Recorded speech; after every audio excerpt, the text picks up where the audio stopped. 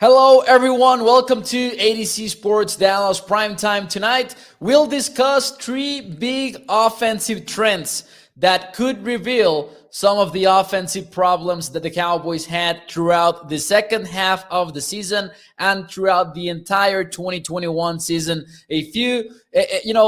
A few trends that jump out of the page when you pay attention to some of the numbers for the 2021 Dallas Cowboys. We'll talk about it. We will also talk about what is going on with the NFL scouting combine. It seems as if half of the prospects that are invited to the combine could boycott the process. We'll talk about that tonight. And to close out the show, we'll get into a little bit of college football playoff expansion talk, because on Friday it was announced that the playoff will remain at 4 teams in the world of college football. So what is up, guys? While more people join the show, let me shout out some of you who are already here in the YouTube chat and the Facebook chat. What is up, burner account, saying, Mo, I had boneless wings for dinner. LOL, they were delicious. And burner account and, people that watch Primetime closely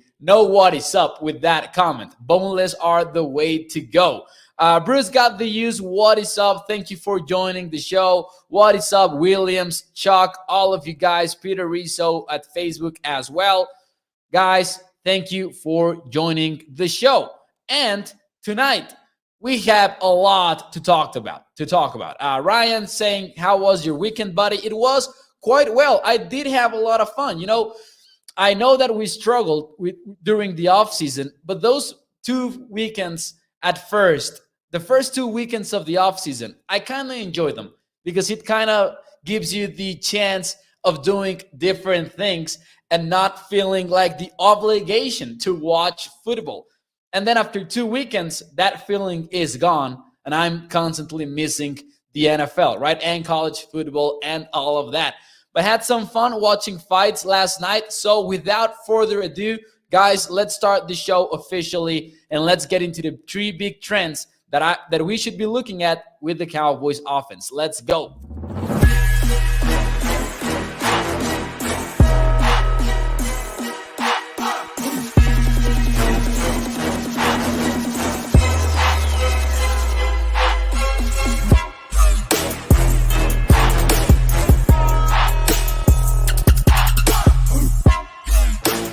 What is up, everyone? Welcome to ADC Sports Dallas Primetime. I'm Mauricio Rodríguez, streaming with you live every Sunday through Thursday night at 8 p.m. Central here on Dallas On Demand Sports Talk Network, with a lot more content coming your way throughout the entire offseason. Make sure you check out adcsports.com/Dallas for more Cowboys content and, of course, more Mavericks content, including today's article from Evan Winter. There is an obvious problem with making Michael Gallup a priority in free agency. That was for sure an interesting read, among other stuff that you can check out on adcsports.com/Dallas. Ladies and gentlemen, tonight on the show, we'll talk about 3 head-scratching trends that the Cowboys offense went through in the 2021 season, and that they offer us a look at what went wrong with the Cowboys, because we have been having this discussion for months now. This has not been happening since the end of the regular season. We've been having these conversations since the regular season was still ongoing. And there are a lot of reasons for the Cowboys' decline over the second half of 2021.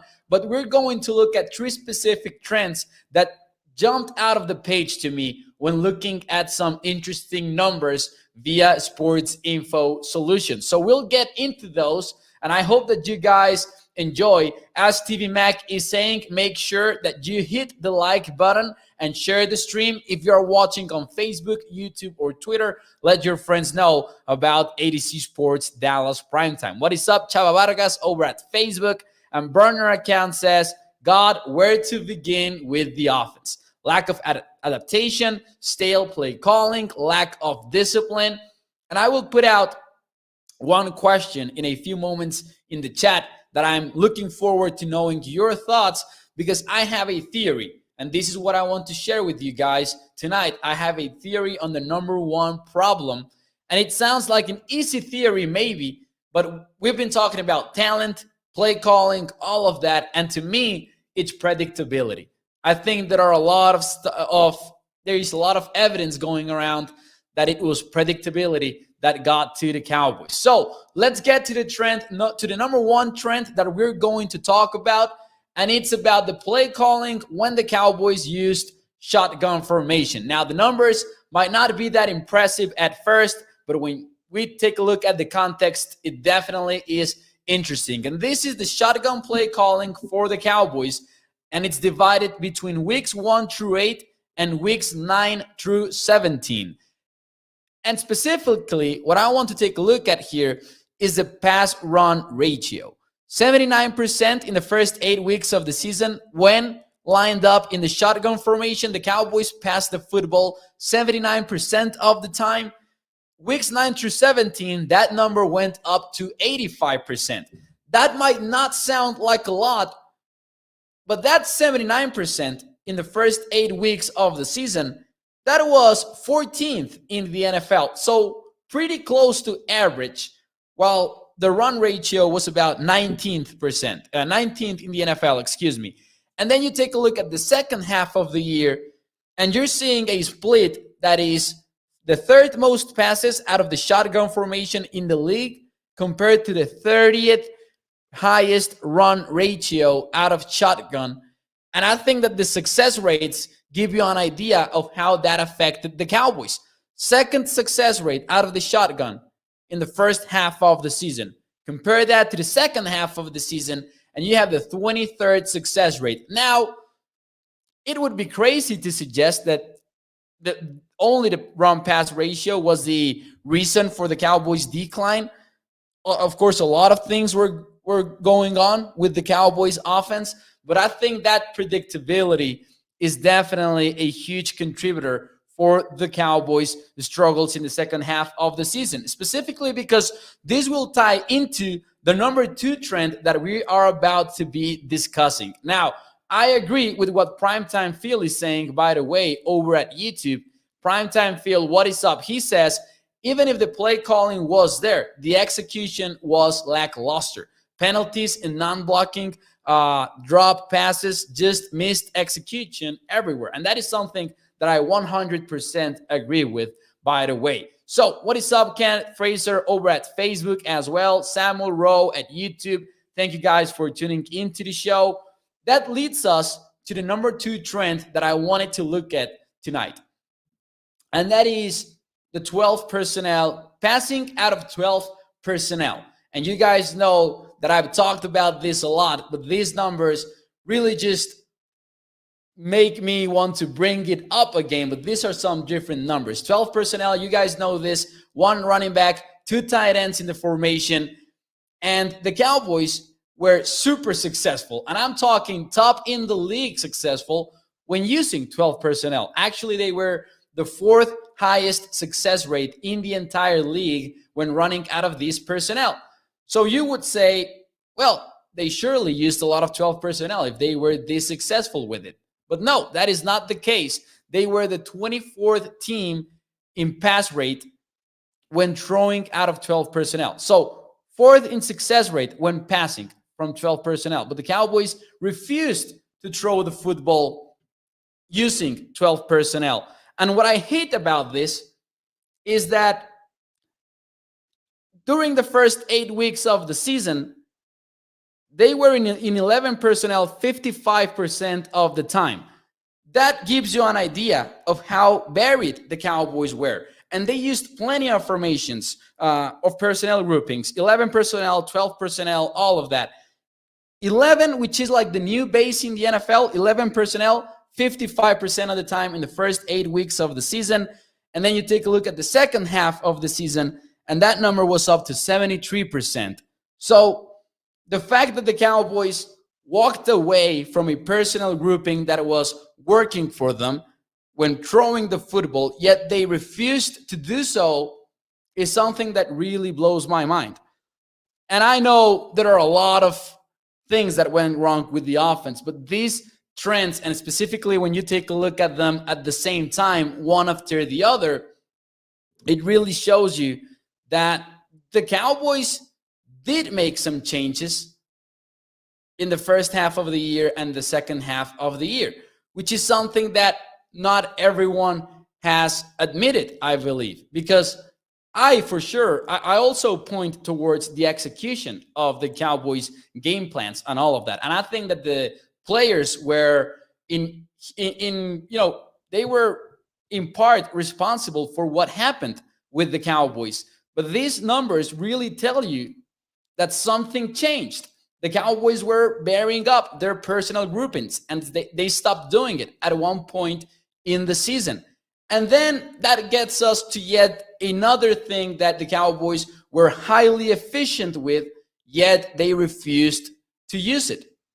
And that is play action. Second in the NFL in terms of success rate when using play action. This is throughout the entire season, and yet they were 19th in play action rate.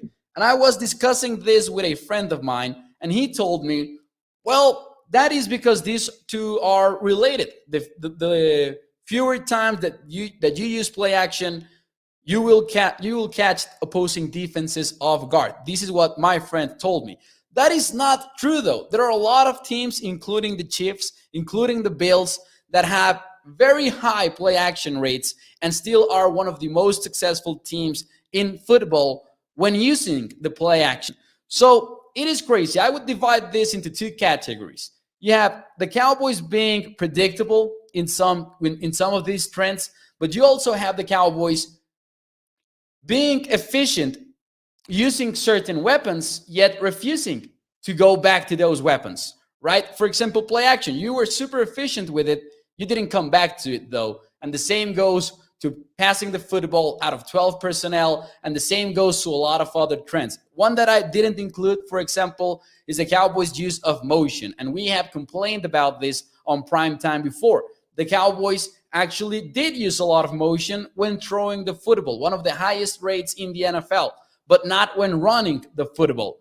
So if you're an opposing defense, you kind of have some keys to go like, and this is maybe obvious, but if you have a player going on motion and you know that the Cowboys use motion most of the time when throwing the football, but not when running the football, I'm guessing that defenses, caught up to all of this.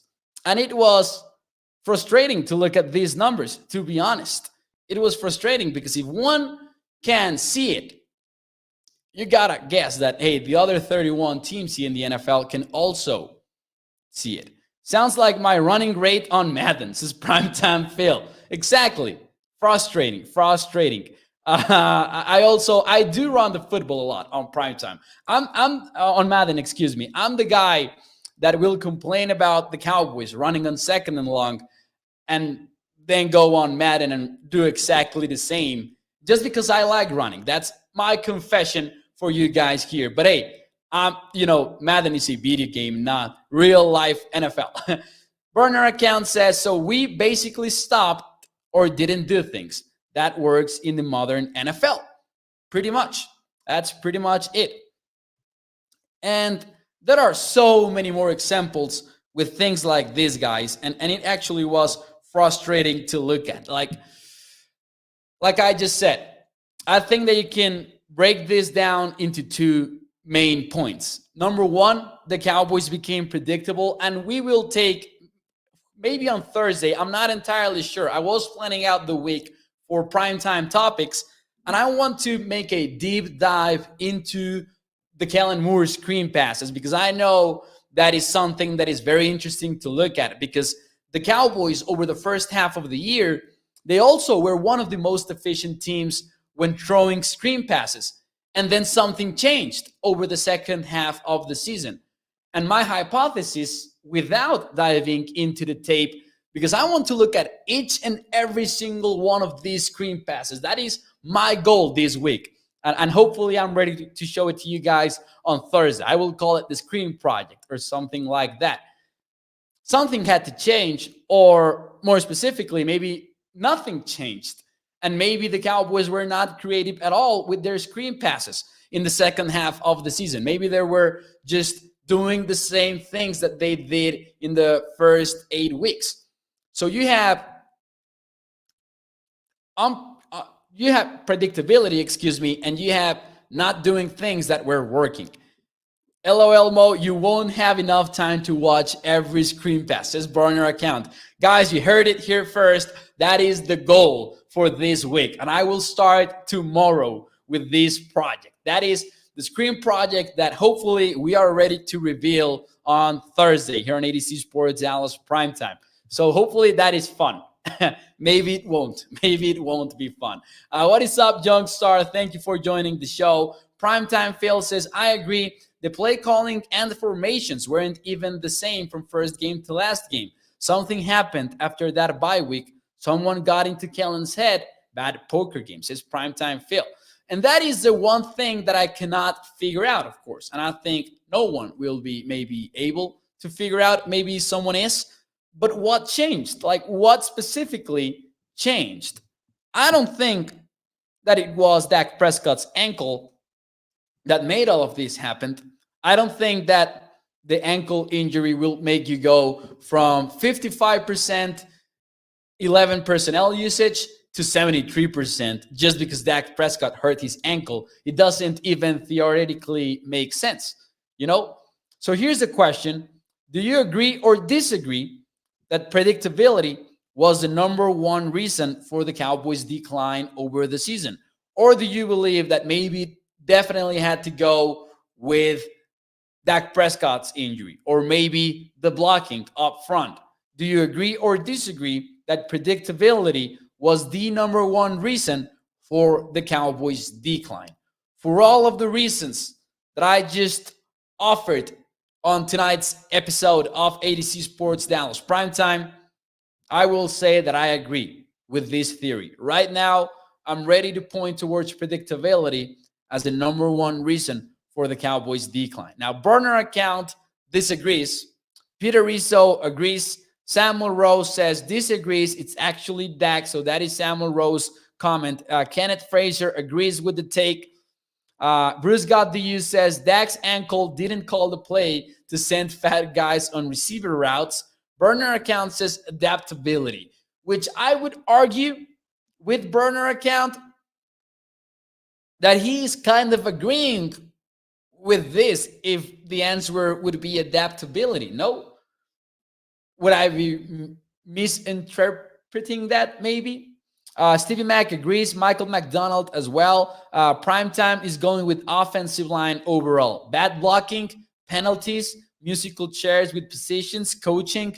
The truth says Moore's philosophy, not getting the ball to his dogs. Moore believes in system over players. That's the truth. MDP over at YouTube, which is definitely, I saw this crazy statistic. I don't know if you guys caught this, but it was something like Amari Cooper. No, I think, let me see if I can find it. But because I saw this crazy stat about the Cowboys' usage of Amari Cooper. Here it goes. Amari Cooper, and I saw this at Irish Cowboys account on Twitter. The quote is, Amari Cooper had 9 games in 2021, 9 games with 5 or less targets. 5 or less targets, 9 times that happened with Amari Cooper. Davante Adams, Justin Jefferson, Cooper Kupp, and Stephon Diggs were given 5 or less targets in 5 games this season combined. So Adams, Jefferson, Kupp, Stephon Diggs, they had 5 combined games with 5 or fewer targets, and Amari Cooper had 9 by himself. So I'm all for what the truth had to say as well. You need to get the ball to your best playmakers. And for some reason, we've been hearing this offseason that the Cowboys need to get rid of Amari Cooper, and that is something that I don't like personally. Lots of issues added up, too many to overcome every game, says Primetime Phil. Burner account says, Mo, who is actually in charge of the offense? I do think that it's Kellen Moore. That is something that I do believe. I don't think that it's Mike McCarthy who has taken over the offense. And I don't subscribe to the theory that it is the front office calling the plays either, even though I'm quite frustrated with the front office as well. Let's see. Frankie says, I honestly think that it was politics that held us back. Only way to stop talent like we have. And I feel like this is a Tony Pollard comment. Frankie, correct me if I'm wrong, because even though maybe I don't believe that the front office is calling the plays, I do believe that it was politics that kept Ezekiel Elliott on the field. So if that is what Frankie was maybe trying to say, I agree with that. I do agree with that as well. I think Kellen is a great play designer, but not a good play caller, knowing when to call each play, says Primetime Phil. I can get behind that as well. Let's see. Tony Simmons says, agree, same offense for 15 years, just got Moore's name on it instead of Garrett. I do agree with Primetime Phil. I think that if there is something that you can point about Kellen Moore's body of work, it's the play designs. Like, that's the one thing, the one big thing that gives us hope when it comes to Kellen Moore. But he needs to make it all fit together, right? He needs to figure that out. And that's what we are trying to maybe cross our fingers and hope for the best. But I don't know if that will happen. Now, Sonny Simon says part of the issue is that Pollard was not a great blocker when the O-line was porous. That is true as well. Kenneth Fraser says, is the rumor true that Rodgers and Mike McCarthy are going to reunite in Dallas? I don't believe that to be true at all. I don't believe that to be true at all. I think that Dak Prescott is a quarterback of the Cowboys for a long, long time, to be honest with you. And I'm happy about it. I do think that the Cowboys' long-term answer is with quarterback Dak Prescott. And I've talked about this concept, what is the shortest path to the Super Bowl? And in my opinion, that includes sticking with Dak Prescott. That is my theory on things. Now, moving on, before we close out the show, I do have two additional topics to this episode of Primetime. And big things are going on in the NFL, and I will read you the report from Ian Rappaport because, man, things have been getting interesting. This is directly from Rapchit over at Twitter. I quote, agents representing more than 150 draft prospects are organizing a boycott of all testing, on-field workouts, and interviews at next month's NFL Scouting Combine if heavy bubble restrictions are not changed. Sources tell, Rapchit and Tom Pelissero. So how about that? 150 draft prospects, agents of these prospects organizing a boycott of the NFL Scouting Combine. According to Tom Pelissero, that would be roughly half of the prospects invited to the Scouting Combine, which will begin in the 1st of March. So how crazy would that be? And for those of you that missed this news, the NFL announced and they sent a memo to players saying that they were going to operate in the combine under the bubble process. And we have come to know the bubble process throughout sports, and it has been a very common thing to do. Now, the letter that the NFL sent these players said that they were going to have consequences if they didn't meet the restrictions that the NFL was going to put in place during the combine. And they also said that they could travel with one medical person, one medical support person. So basically a trainer could travel and be in the scouting combine process, with each and every prospect, only one trainer per prospect. So interesting thing that happened. Burner account, though, just kind of, guessing what the question is, because Burner account says, I'm honestly surprised they still even do the combine. Tape doesn't lie, and they have pro days. And that is the next question.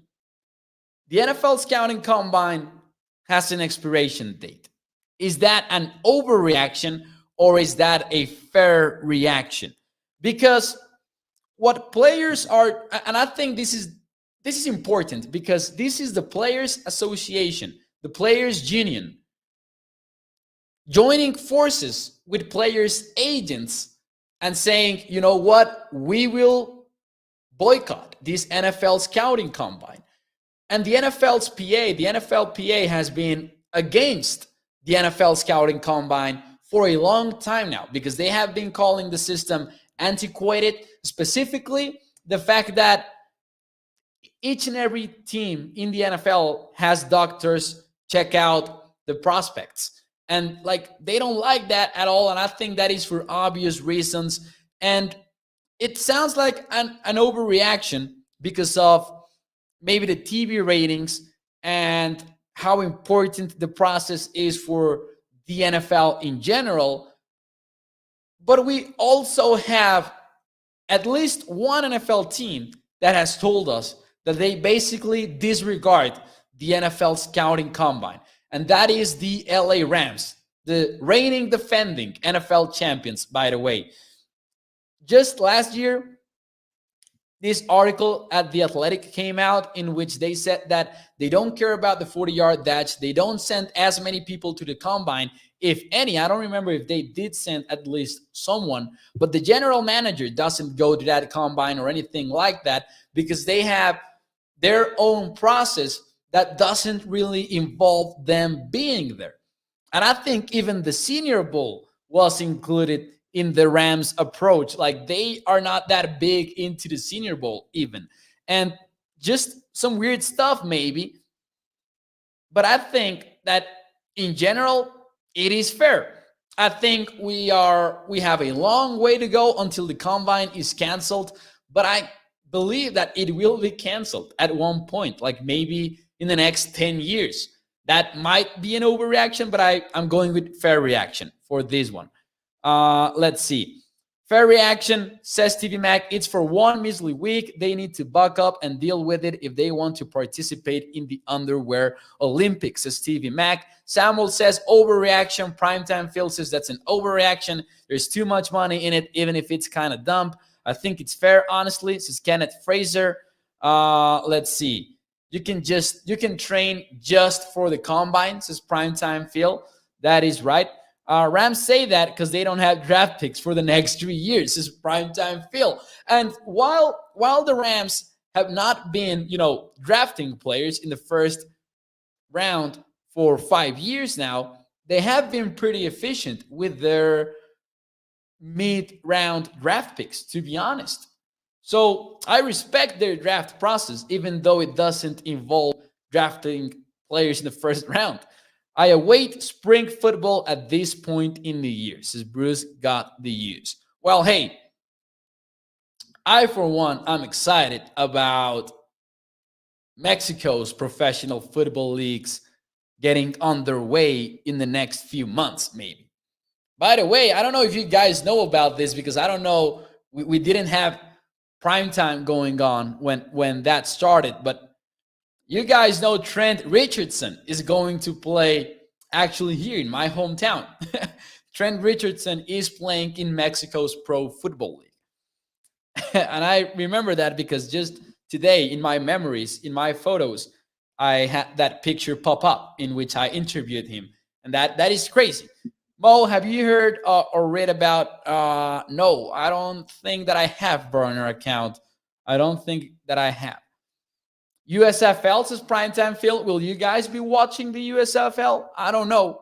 I don't know if I will be. Like, I will be watching it. I don't know with how much attention, though. But anyways, it will be interesting to see what happens with the NFL scouting combine. Really don't know what will happen with it. But in the meantime, we also got news about what will happen with none other, with the college football playoff, more specifically. What will happen with the college football playoff? Because on Friday, it was announced that they are going to stick with 4 players through 2025. So at minimum, it would be until 2026 when we get over 4 teams in the college football playoff. And I want to know your thoughts. What would the ideal number of teams in the college football playoffs be? How many teams do you want to see when it's all said and done? Are you maybe up for what we have going on right now? Are you one of those that says, you know what? I think that 4 is pretty okay. I'm not complaining about having 4 teams in the college football playoffs. Maybe some people say, yeah, let's increase it to 6. Some people want to go all the way up to 16, which is maybe a high number. But hey, with over 100 teams in college football, Division One FBS, why not, right? So what would be the ideal number of teams in the college football playoffs? Burner account wants 64, like in March Madness. Each conference gets a rep and only one. Says Primetime Phil, a rep and only one. All right. So that would put us at 10. If I'm not mistaken, would that put us at 10? Yeah, right? Because we have the Power 5 and the Group of 5. What about independent teams? Because we do have independent teams up to this point, don't we? Let's see. Oh, I want to watch that too, says Bruce got the use talking about Mexico's pro football. I hold out hope Alarcon makes the cut in the same way. Hopefully he will. This is the big year for Isaac because he will not have the international player tag for 2021. Ruben Roy says 1 from each conference. Burner account says, I think college needs to do away with voters to pick a playoff. It makes no sense. That is something that I don't like either. I don't like that at all. I would say I am maybe in the minority when I say that I kind of enjoy having 4 teams in the playoffs and that I get scared maybe and maybe I'm not that optimistic that we would get competitive games in the playoff if they increase it, because we have not seen competitive games between the top 4 teams in college football. So I'm not sure if there is reason to believe that we would get competitive games if we add more teams to the playoff. That being said, I think college football is just not really built for the playoff format. Even if you increase it to 12 teams, I don't think that fans will get the competitive, dramatic games that they want on TV. That's not to say that 4 teams is still the answer, because it also just shows you the elite of the elite. And maybe with more teams, you can get the chance at an upset. But I think that the bad side of it all, if you expand it, is that teams that have successful seasons and that they win a New Year's Six bowl, for example, it will still feel like a loss if it's part of an expanded playoff.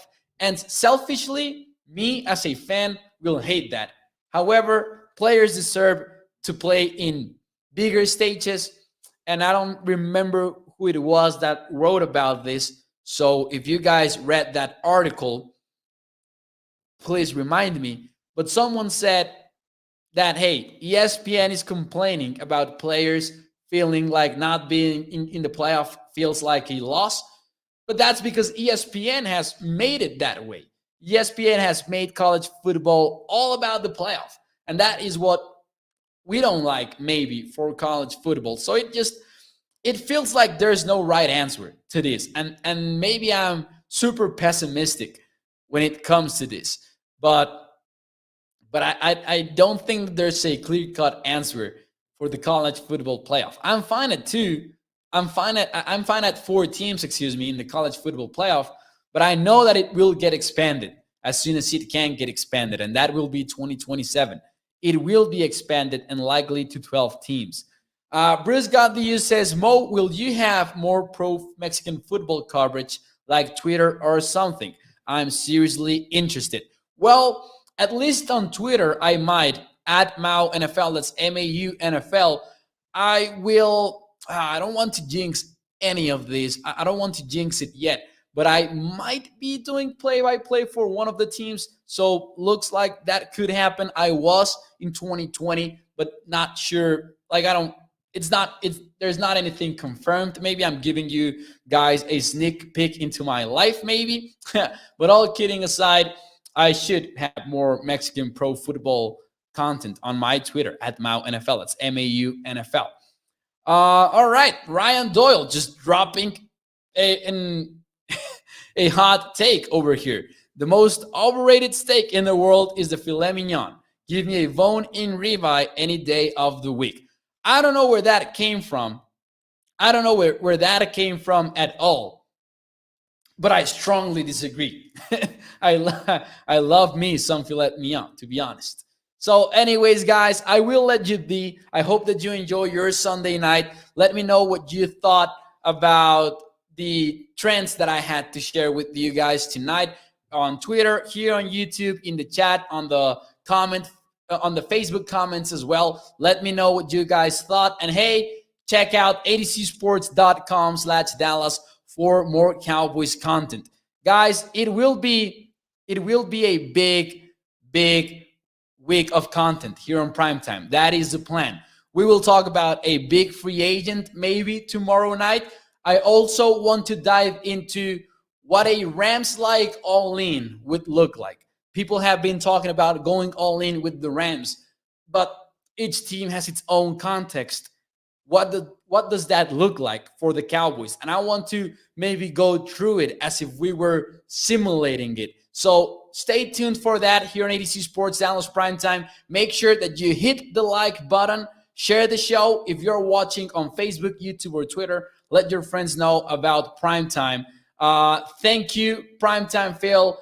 Thank you, burner account, Stevie Mac, Rock Duck, that is asking, did you soccer? I hate soccer. I don't like soccer at all. But when I was in elementary school in 6th grade, I did. And I sucked at it too. So yeah. Thank you guys. Thank you for joining the show. I will see you tomorrow night, 8 p.m. Central. Thank you guys. Thank you.